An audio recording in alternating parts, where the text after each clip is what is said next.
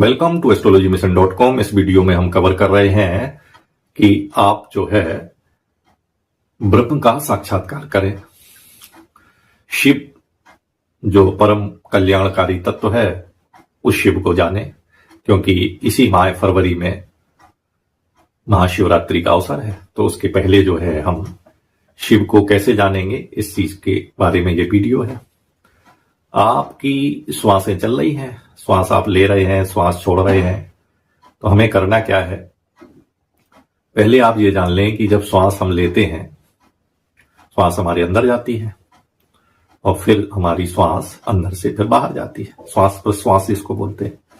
तो जब सांस अंदर जाती है और जब सांस बाहर आती है, इसके बीच में क्या होता है कि जब सांस मुड़ने वाली होती है तो एक क्षण के 1000वें भाग के लिए श्वास बंद हो जाती है, अर्थात श्वास ठहर जाती है।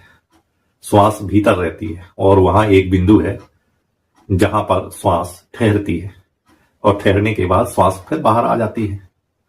और जब श्वास बाहर जाती है तो वहां पर फिर एक बिंदु है जहां पर श्वास ठहर जाती है और फिर उसके बाद वो फिर भीतर लौटती है। तो श्वास के भीतर और बाहर के लिए मुड़ने के पहले एक क्षण है जब तुम श्वास नहीं लेते, जब हम लोग श्वास नहीं लेते, उस क्षण में घटना घटनी है।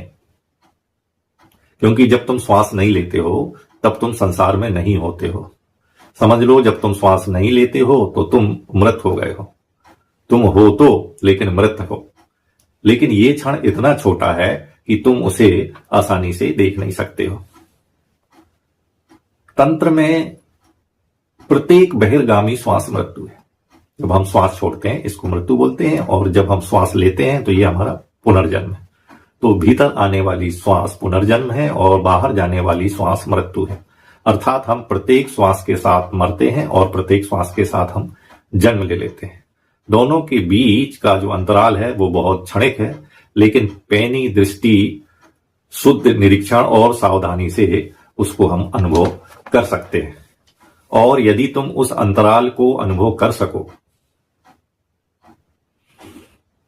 तो इसी को शिव कहते हैं, अर्थात श्रेयस उपलब्ध है।